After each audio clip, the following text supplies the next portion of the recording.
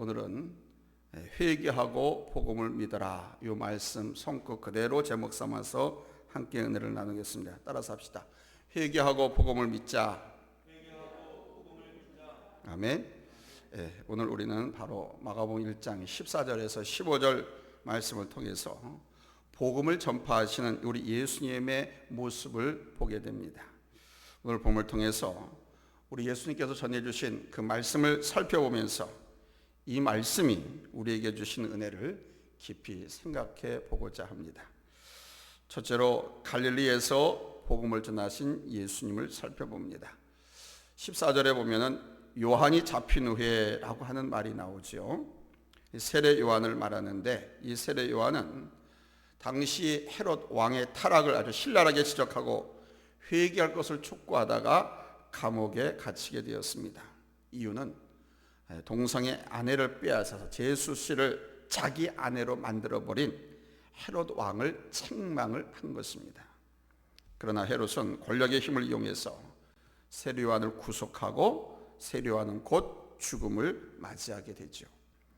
다른 복음서에서는 세례 요한의 죽음에 대해서 좀 더 자세하게 기록한 글들이 있습니다만은 마가복음에서 마가는 아주 간단하게 다루고 곧바로 예수님의 복음의 시작을 선포하고 나갑니다. 이것은 세례 요한보다 예수님을 중요하게 부각시키려고 하는 기록자 마가의 마음이 담긴 겁니다. 물론 세례 요한도 매우 중요한 인물이죠.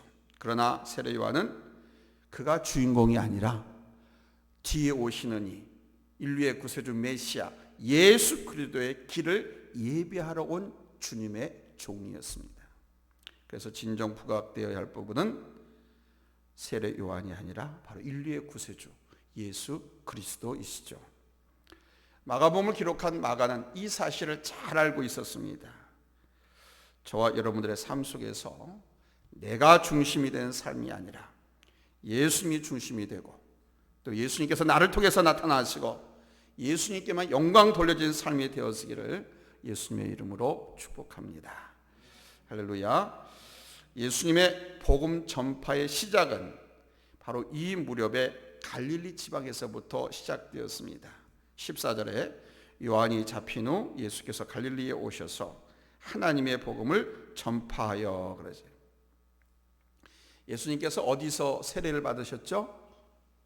유대 광야 요단강에서 세례를 받으셨잖아요.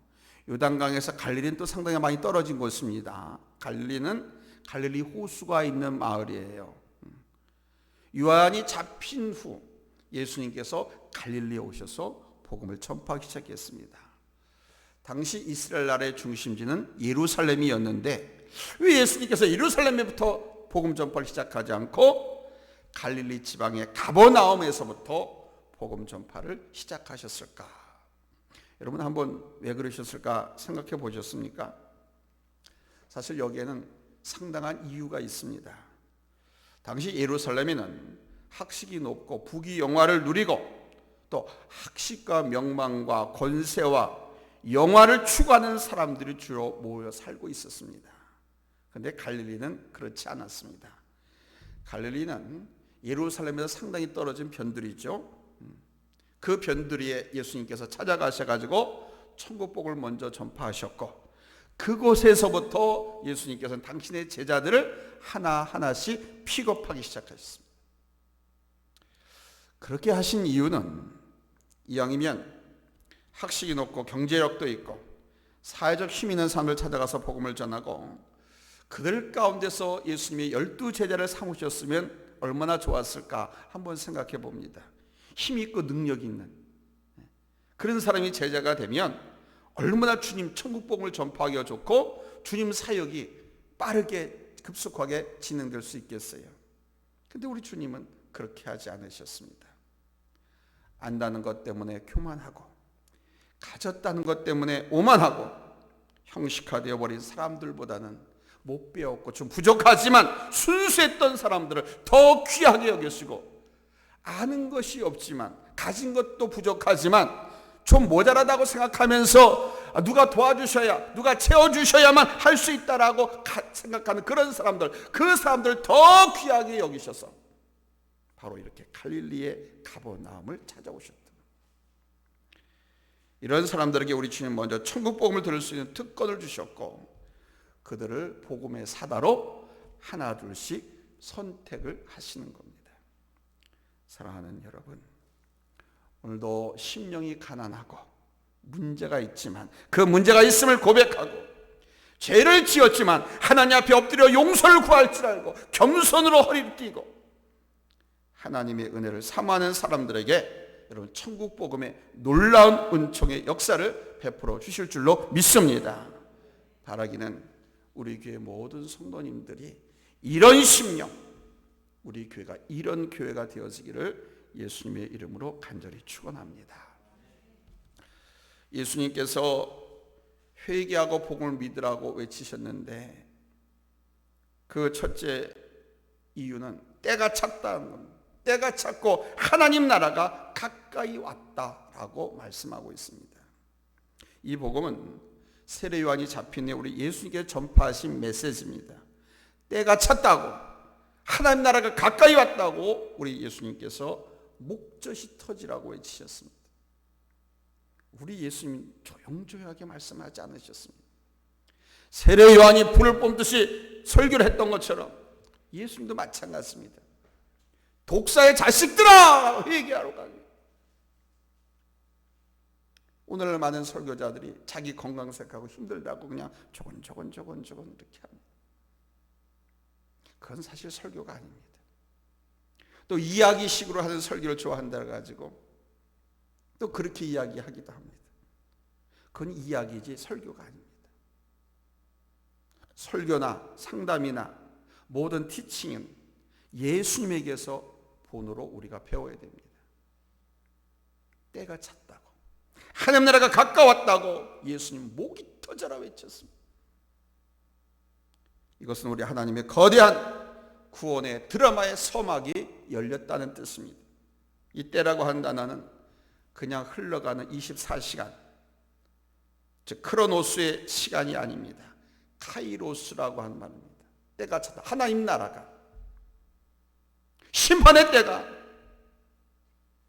특별한 사건, 특별한 시간, 의미 있는 귀한 시간을 가리킬 때는 바로 카이로스라고 하는 단어를 쓰죠. 엊그저께 JTB 뉴스에서도 카이로스와 크로노스를 설명해 주더라고요. 뉴스에서. 교회에서만 쓰는 단어인 줄 알았더니 일반 사회, 경제, 뉴스 시간에도 이 단어를 사용하더라.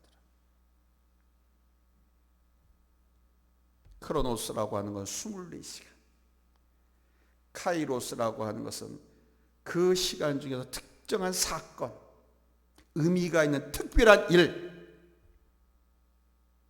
바로 하나님께서 외아들 예수 그리스도를 이 땅에 보내주심으로 그 사실을 믿는 모든 자들이 하나님의 구원을 받는 놀라운 역사가 시작되는 때가 되었다는 거예요. 때가 찼다라고 하는 이 말씀은 당시 상황적으로 두 가지 의미가 있는 것입니다. 첫째는 당시의 종교적인 상황입니다. 당시 유대교는 율법에 얽매인 종교였습니다. 종교 지도자들이 만든 율법의 항목들은 일반 백성들이 도저히 지킬 수 없는 것들이 많았습니다. 유대교의 율법은 일반 국민들에게는 큰 고통과 짐이 될 수밖에 없었어요. 성도들로 하여금 율법의 노예가 될 수밖에 없었던 것이 유대교입니다. 그때 우리 예수님께서 등장하시면서 복음을 전하시는 거예요. 기쁜 소식을 전하는 거예요. 진리를 알지니 진리가 너희를 자유케 하리라. 그러면서 때가 찼다. 이제 내 때가 됐다. 구원받을 때가 됐다. 하나님 나라가 가까이 왔다. 너희가 지금까지 이 사실을 모르고 율법에 얽매여서 사망 가운데 헤매고 있었는데 이제 나를 믿으라. 나를 믿으면 너희가 자유케 되리라. 이 말씀으로 율법에 매인 국민들 노예의 삶에서 자유와 구원을 주시고 참 믿음이 무엇인지를 알게 해 주신 겁니다. 그래서 율법으로 구원을 얻는 것이 아니라 믿음으로 구원 얻는다라는 사실을 예수님께서 선포하십니다. 그래서 그게 복음인 겁니다. 기쁜 소식인 겁니다. 믿음으로 구원을 받는다. 예수님이 선포하시기 전 국민들은 율법으로 구원받는 줄 알고 율법에 매여서 노예처럼 살았습니다. 그렇다고 해서 구원받을 수 있는 조건 자격을 갖추느냐? 갖추지 못했습니다. 오히려 그 율법은 국민들을 하나님의 자녀가 되는데 올무가 돼가지고 오히려 다리를 붙잡아 내렸어요. 더 죄를 짓게 만들어요. 모두 다 죄인으로 엮어 묶었습니다. 예수님께서는 야, 그 율법이 너희를 구원하는 것이 아니야. 나를 믿어야 돼. 하나님을 믿어야 돼. 믿음으로 구원받는 거야. 아주 쉽고 아주 자유롭고 아주 은혜로운 이 복음을 전파하셨던 겁니다. 두 번째, 당시 사람들은 이 메시아를 기다리는 일에 준비가 되어 있던 사람들입니다. 이미 구약을 통해서 수많은 선지자들이 메시아가 오실 것이라고 예언되어 있었지 않습니까? 유대 백성들은 그것을 늘 기억하고 있었습니다. 더구나 로마의 식민 통치를 받고 있었기 때문에 더더욱 메시아가 한시 바삐 하루라도 빨리 오기를 학수고대했습니다. 그걸 메시아 대망 사상이 이스라엘 민족 전체를 다 주장하고 있었다고 말을 하죠.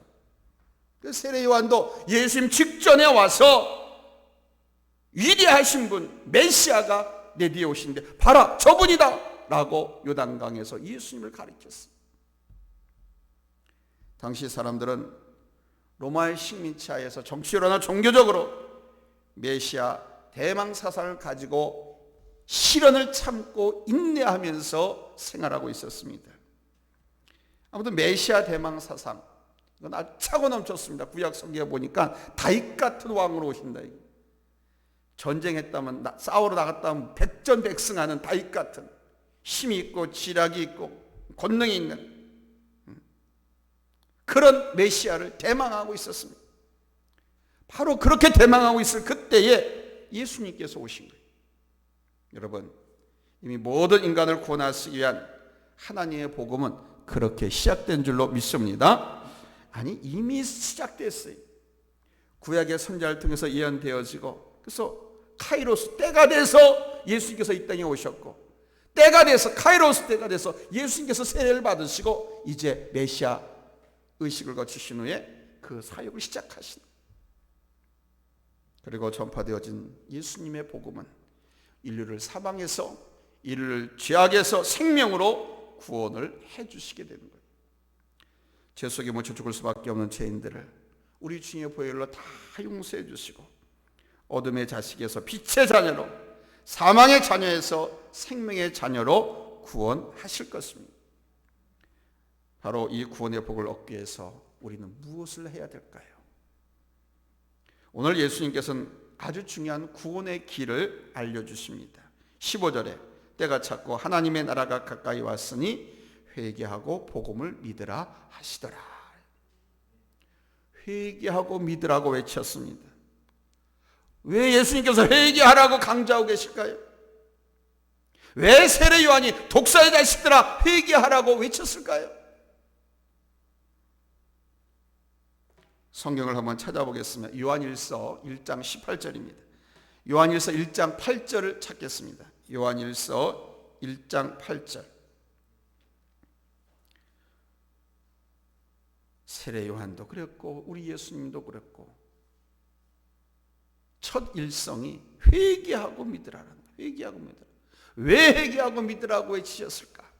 요한일서 1장 8절 찾았으면 아멘 합니다. 시작. 만일 우리가 죄가 없다고 말하면 스스로 속이고 또 진리가 우리 속에 있지 아니할 것이요. 아멘. 이 말은 딴 거 아닙니다. 왜 세례 요한도 우리 예수님도 회개하고 믿으라고 외치실 수밖에 없었냐 하면 사람들이 죄 가운데서 먹고 마시고 나고 죽고 하면서도 죄인 줄 모르고 살아가고 있더래요. 자기는 의인인 것처럼 하나님의 말씀 보니까 다 죄로 몸복이 되고 죄로 묻어 있는데 냄새가 풀풀 나는데 자기는 냄새 안 난다. 자기는 향수 뿌리고 화장품으로 덧칠을 했다고 해서 안 보인다고. 하나님의 말씀과 율법은 아무 상관이 없다고. 나는 지금 의롭게 살고 깨끗하게 살고. 왜? 자기 양심, 자기 기준, 자기 소견을 가지고 거기에 맞춰서 그냥 살아가는. 우리는 이런 코로나가 창궐한 것을 가지고 하나님의 질서를 어기고 인간의 욕심으로 인해서 이 엄청난 재앙이 왔다라고 우리는 기독교적으로 해석을 하고 그렇게 하나님 앞에 기도를 합니다. 근데 믿지 않는 서양 사람들이 그러면 우리의 죄 때문에 이런 코로나가 왔다 그러면 무슨 소리냐라고 하면서 우리가 왜 죄이냐고, 내 죄 때문에 이 코로나가 이렇게 됐다라고 그렇게 기도하고 말하는 목사들이라든가 성도들을 신랄하게 비판하고 공격을 합니다. 왜? 자기들이 생각할 때 자기들은 죄인이 아니거든요. 의인이거든요. 잘났거든.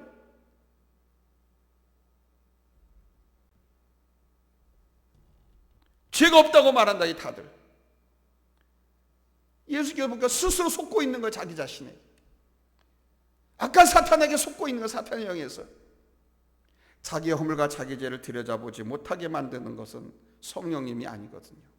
성령님은요, 자기 속을, 자기 죄를 들여다보게 하고 깨닫게 하고 회개하게 고치게 하고, 이게 성령 하나님의 역사거든요. 근데 사탄은 죄를 짓고도 죄를 안 졌다라고 시침이 떼게 만들고, 죄악을 보고도 그걸 죄악이 아니라 아름답고 당연하고 바른 길이라고 사탄은 유혹을 하고 설득을 하거든. 이게 그 말씀입니다. 사람들이 그렇게 살아가다 있다.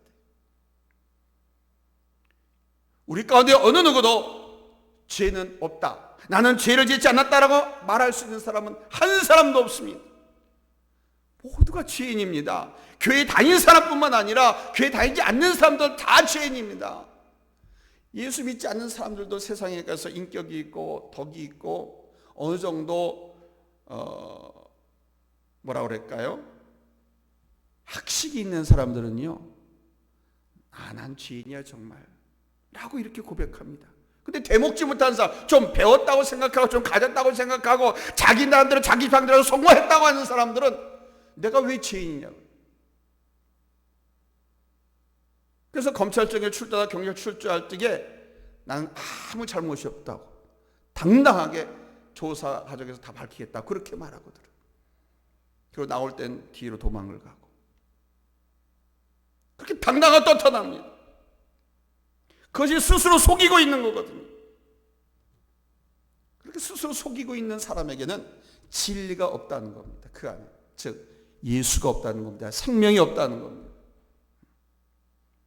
로마서 3장 10절에서 말씀하지 않습니까? 의인은 없나니 하나도 없다 그렇지 않습니까?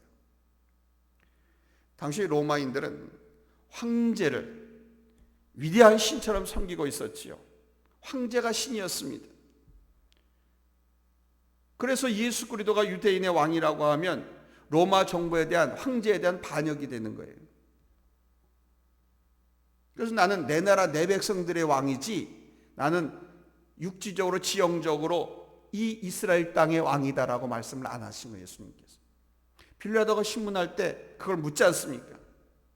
네 백성은 누구냐? 이 이스라엘 백성들이냐? 그러니까 아니라고 그러시잖아요. 로마 황제가 바로 우상이었었거든. 신으로 섬겼습니다. 그런 시대의 사도 바울이 복음을 외치는 겁니다. 의인은 없나니 하나도 없다라고 말하는 거예요. 황제도 의인이 아니다 이거예요. 당신이 섬기던 신 황제도 의인이 아니다.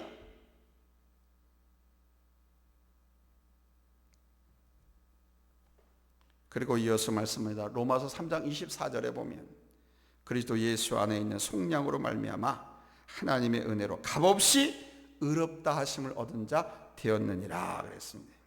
자, 값없이 의롭다 하심을 되었다 그래요. 근데 값없는 것이 아니죠. 예수의 십자가에 달려 돌아가심으로 그 피값으로 우리가 하나님의 자녀가 되고 우리가 의롭다 된 것이거든요. 근데 우리 개신교는요, 예수님께 십자가에 달려 돌아가신 것이 얼마나 끔찍하고 얼마나 귀중한 생명을 그렇게 십자가에 우리 위해서 내어주신 것입니까? 근데 이걸 어떤 아무 조건 없이 그냥 믿기만 하면 예수님이 내 주님이 되고 내가 하나님의 자녀가 된다라고 해가지고 사실 이 십자가의 그 고통과 시련과 그 아픔과 죽음을 그렇게 못 느껴. 그래서 날마다 삶 속에서 잠깐 은혜 받을 때 모르지만 하루만 지나면 그냥 십자가는 없어요. 십자가 없고 예수도 없어요. 자기에만 살아있어.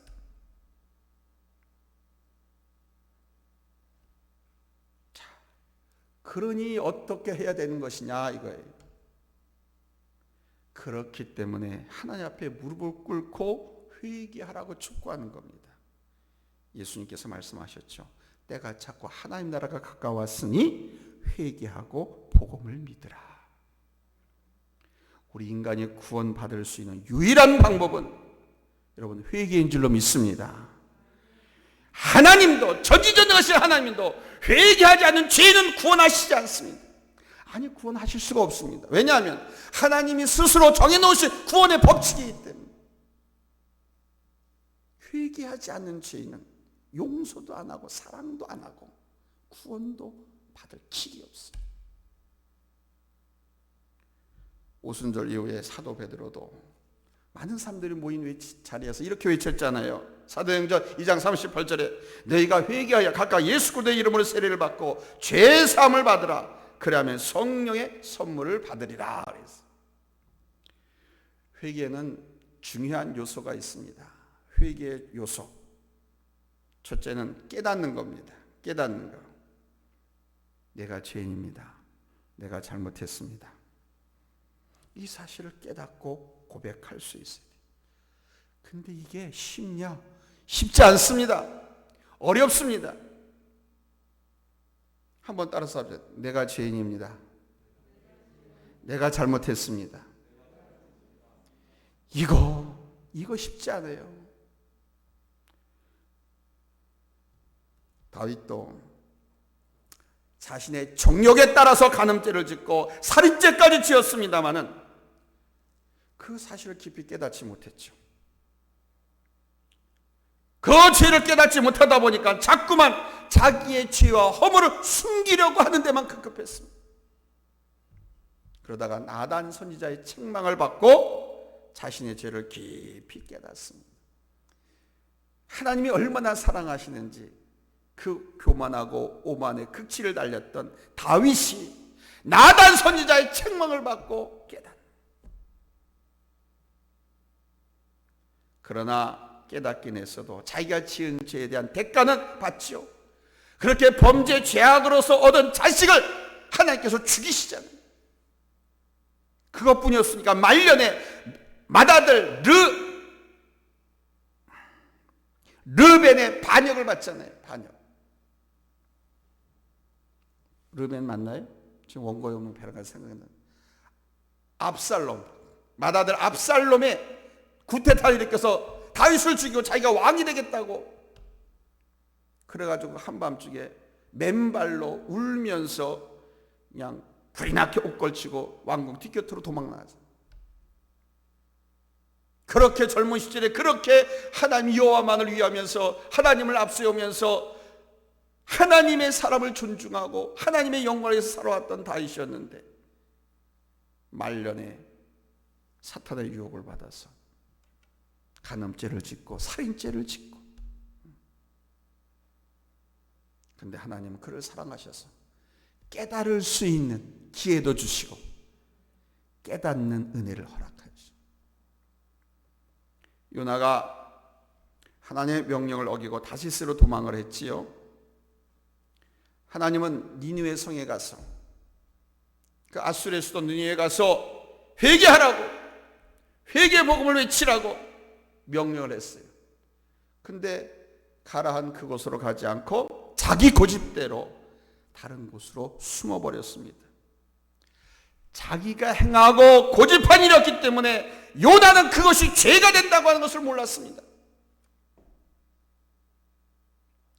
여러분들 신앙생활하고 인생을 살아가면서 우리는 믿음을 갖는 하나님의 자녀들이기 때문에 잊지 마세요. 내가 결정하고 내가 생각 많이 하고 해서 진행하는 건데 하나님께 기도해서 하나님의 응답으로 행하지 아니하면 그것이 반드시 죄가 될 수 있다고 하는 사실을 깊이 생각을 해야 돼요. 요나는 자기가 계획하고 자기가 생각하고 자기가 결정한 일이었기 때문에 이게 잘못됐다, 이게 죄다라고 꿈에도 생각을 못했습니다. 우리는 여러 설교가들을 통해서 여러분들 그 해석을 들었기 때문에 그 요나가 잘못한 것이다라고 여러분 생각하시잖아요. 생각해 보세요. 아수르는 이스라엘 민족의 적대 국가예요. 얼마나 나쁜, 우리가 일본을 생각하는 것처럼 꿈에도 10번 100번 망해도 좋은 나라가 일본이처럼 아수르가 그랬어요. 그런 나라에 가서 회개해가지고 그 나라 그 백성들을 살리라는 거예요. 아니 원수의 나라가 망해가지고 자기네 나라가 살았으면 좋겠는데 원수의 나라 가서 회개 복음을 외쳐가지고 살리라고? 구원받게 하라고? 이건 말도 안 되지. 말도 맞잖아요. 내 나라를 지키고 내 나라를 회복시키기 위해서 내가 죽을지언정 어떻게 내 나라를 위해서가 아니고 아수르에 가서 그 나라 국민과 그 나라를 위해서 희생을 하라고? 말도 안 된다. 틀린 게 아니에요. 절대로 자기가 죄를 짓고 있다고 생각하지 않았습니다. 그 결과 요나는 모든 것을 다 잃어버리고 자기 몸도 물에 던져지고 큰 물고기 뱃속에 들어가서야 뭐가 잘못된 것이고 뭐가 죄였던 것을 발견하고 스스로 깨닫고 회개하게 되죠.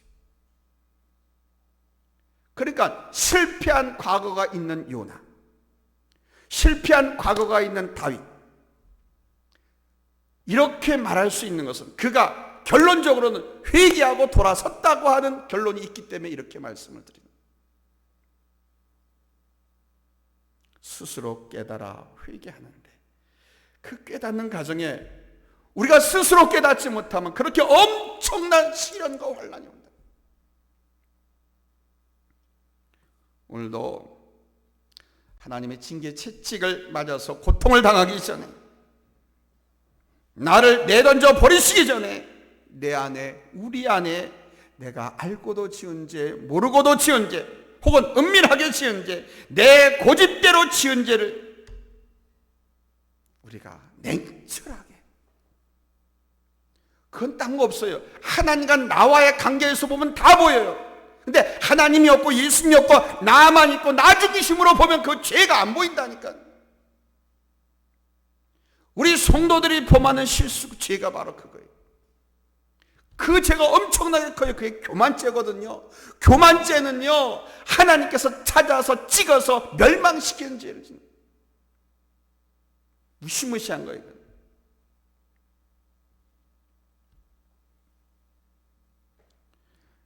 징계 채찍을 맞기 전에 고통을 당하기 전에 내 삶에 내 인생에 엄청난 시는 폭풍우가 몰아치기 전에 바라기는 하나님 앞에서 하나님 말씀을 펴보고 거기서 나를 비춰주면 환하게 드러나 보이고 깨달아질 수 있어요. 하나님의 말씀 앞에 나를 반추해 보시기를 예수님의 이름으로 축복합니다. 두 번째는 통회하는 마음입니다. 회개 중요한 요소, 통회하는 마음. 누가복음 22장 62절 말씀에 보면 베드로가 죄를 깨닫고 난 후에 나가서 통회 자복했다 그럽니다. 통회 자복이라고 하는 것은 막 울면서 정신없이. 저는 그런 울음을 많이 겪는데 어렸을 때 아이들 보니까 우는 애 정신을 놓고 울더라고요. 아니 손주 녀석이 우니까 이렇게 달래고 저렇게 달래도 안 달래주고 그냥 우는데 그냥 울기 위해서 사는 것처럼 정신없이 그냥 넋을 놓고 울어대. 방법이 없더라고. 기가 막히더라고. 그렇게 통회하고 자복한 것. 왜 그렇게 통회하고 자복하느냐? 이걸 회개하지 않으면 그렇게 망할 수밖에 없으니까. 성경에 나온 대로 그 망하는 걸 한번 생각해. 끔찍하지 않습니까? 나뿐만 아니라 나 때문에 내 자식들, 내 가족들, 나와 함께하는 공동체 구성원들까지 나 때문에 그렇게 모조리다. 그걸 생각하니까 너무너무 내가 큰 죄를 지은 거예요. 그러니까 통회 자복 안 할 수가 없는. 바로 회개의 중요한 요소가 그겁니다. 그냥 아이고 하나님 잘못했습니다. 이게 아니에요. 그래서 그 정도로 통회 자복하고 나면 다시는 그 길을 가지 않죠. 교만하거나 무지하거나 불순종하거나 우상을 섬기거나. 다윗도 나단 선지자의 책망을 받은 후에 그 엄청난 죄를 깨닫고 그 죄로 인한 괴로움과 고통 때문에 통했습니다. 아시겠지만 금식하면서 머리를 다 풀어헤치고 죄를 뒤집어 쓰고 그렇게 불법으로 낳은 자식이 죽임을 당하는, 하나님께서 죽이시잖아요. 얼마나 통했는지. 프란시스라고 한 성 프란시스라고 여러분 잘 아시죠? 주여 나를 평화의 도구로 써 주옵소서. 그 평화의 시를 지은 프란시스. 그런데 이분이 하나님 앞에서 기도할 때는 항상 자신의 부족함과 죄인됨을 기억하면서 회개를 하고, 나이가 허허복발이 됐고 주름이 피었는데도 불구하고, 아니 인생을 70, 80 살았으면 눈물도 다 말랐다고 하지 않습니까? 근데 신기하게 눈물을 펑펑 쏟으면서 너무너무 회개하면서 울어가지고 시력을 잃어버렸대.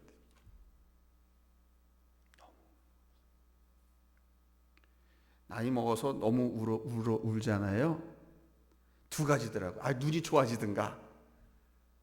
좋아지든가 아니면 시력을 잃어버려. 근데 시력을 잃어버릴 정도 울었다라고 하는 것은 뭐냐면요, 진이 다 빠지도록 울었다.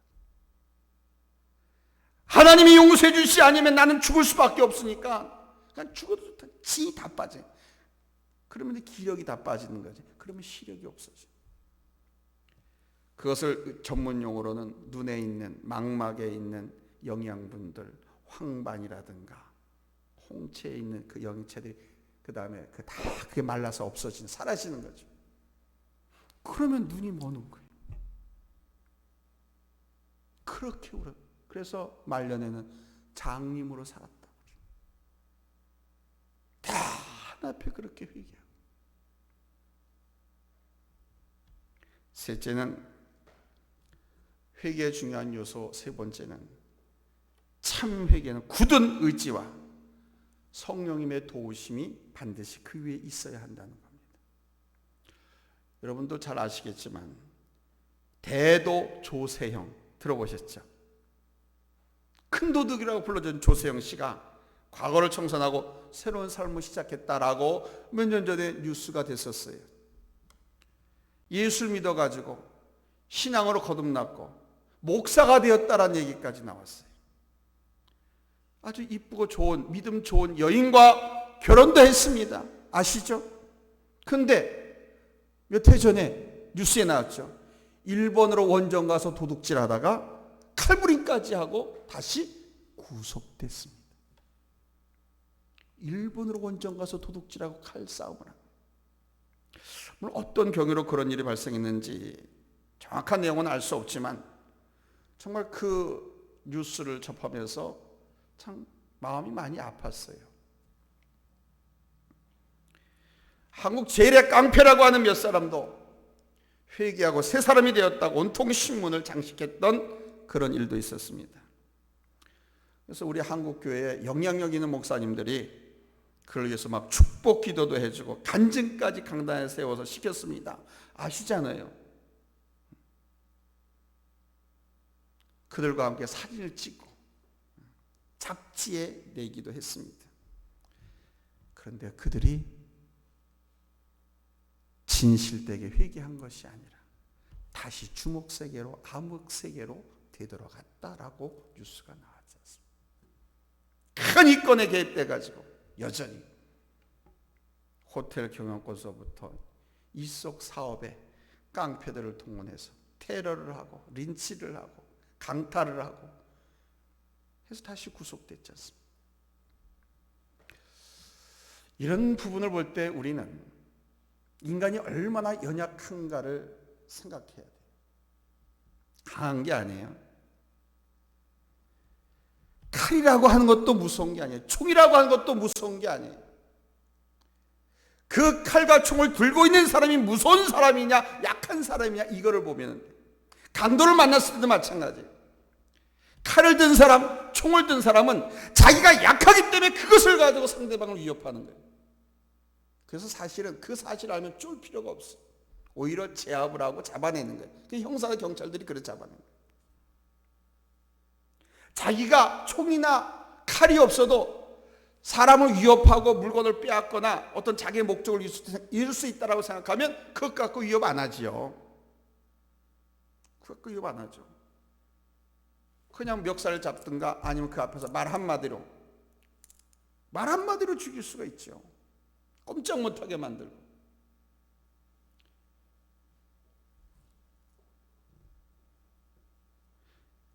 그런데 그것은 겉으로는 회개했다고 하지만 다시 주목세계, 암흑세계로 돌아가고 다시 구속되고 이런 일이 일어나는 것은 그 사람이 정말, 아니 그 사람을 포함한 우리 인간이 너무도 연약한 존재라고 하는 것을 반증하는 겁니다.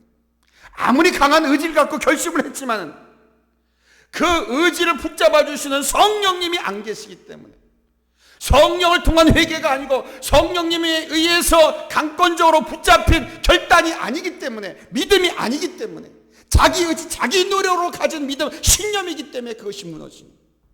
그래서 믿음과 신념은 180도 완전히 다른 겁니다.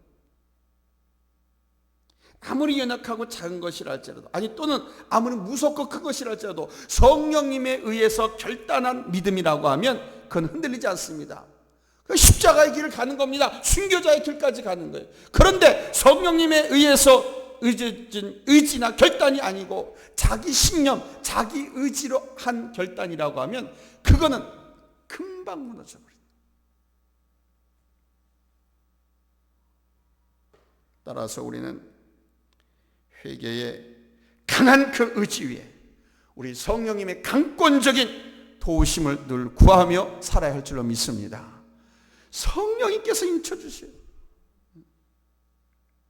누가복음 15장에서 탕자라고 불리던 둘째 아들이 돼지가 먹는 밥을 먹어야 할 정도로 비참한 삶이 되었지만 그가 깨닫고 통회하고 새롭게 결심해서 내가 종으로 살겠다고 다짐하며 아버지께로 돌아오잖아요. 내 아버지 집의 종들도 이보다 낫다 이거야. 그래서 아버지 집에 가서 종으로 살아야 되겠다 라고 결심하고 돌아옵니다. 그야말로 탕자는 통에 자복한 겁니다. 그런데 그 탕자의 회개는 그것으로 완성된 것이 아니었습니다. 탕자의 그 굳은 의지 위에 아버지의 인자하심과 영접하여 주심과 자비로우심이 있음으로 인해서 그 탕자의 회개가 결실을 맺게 되는 거죠. 거기서 아들을 맞이하는 날마다 문기되어 기다리는 아버지는 바로 집 나간 자식을 기다리는 우리 하나님이시라고 말씀드렸습니다. 그 집 나갔다가 회개하고 돌아온 탕자는 우리를 상징한다라고 말씀드렸습니다. 그 성경 말씀은 탕자의 비유입니다. 하나님과 예수님과 우리를 비유해서 말씀하십니다.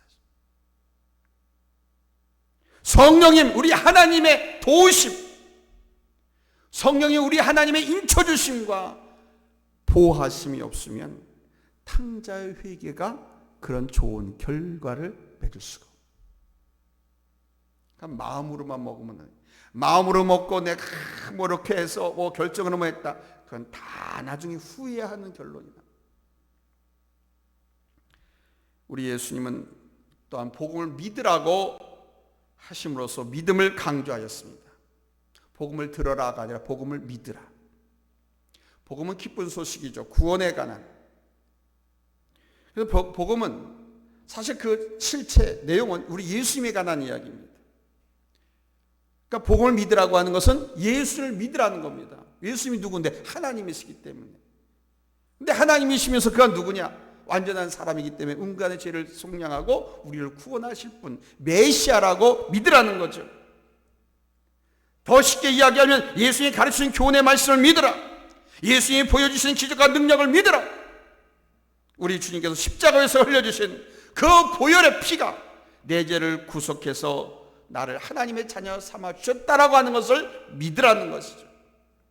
너의 그 머리로만 갖고 이해하는 것이 아니라 이 심장으로, 마음으로 온전하게 받아들임으로 믿고 깨달아서 우리 예수님께 내 생명, 내 전체를 맡기고 의지하라는 말씀인 겁니다. 하나님의 나라는 잘 아시겠지만 하나님의 나라는 학벌이나 가문이나 명예나 부귀, 인생 어느 정도 어떻게 살아왔는가, 성공 여부를 따져서 가는 것도 아니고 그런 것에 의해서 차별적으로 들어가는 것도 아닙니다. 하나님의 나라는, 따라서 합시다. 하나님의 나라는 회개와 믿음으로만 가는 것이다. 회개하지 않는 믿음은 없습니다. 그건 가짜예요. 우리가 믿음으로 구원을 얻으면 맞습니다. 오직 솔라 피데입니다, 구원은. 근데 회개가 없으면 그건 믿음이 아닙니다. 우리의 구원은 회개하고 믿음으로써 완성되었습니다. 성도 여러분, 시간이 오늘은 많이 갔네요. 우리 주 예수 그리스도께서 다시 오겠다고 이미 성경은 약속하셨죠. 그리고 오늘 이 시대가 주님 다시 오실 그때의 징조를 자꾸 보여주고 있습니다. 근데 우리가 그런 징조를 보면서도 하나님 나라를 준비하는 일에 무뎌지고 있어요. 생각하고 있지도 않아요. 대부분의 교회 목사들의 설교에서도 천국에 관한 이야기가 없습니다. 지옥에 관한 이야기가 없습니다. 왜? 성도들이 듣기 싫어한다고. 현실 세계에서 행복하고 편안하고 안락하게 사는 것에 대해서 말합니다. 천국은 거의 없어요. 하늘나라에 대해서 없어요, 거의 내용. 바라기는 하늘나라에 대한 주님 나라, 그 나라를 준비하는 일에 무뎌지지 않게 되기를 바랍니다. 그것은 오늘 죄를 내가 발견하고 깨닫고 회개하는 일에서부터 시작됩니다. 오늘 바르게 예수를 믿고 바르게 배워서 말세에 우리 하나님의 사랑을 충만하게 받는 귀하고 귀한 우리 복된 성도들이 다 될 수 있기를 예수님의 이름으로 축원합니다. 할렐루야. 기도하겠습니다.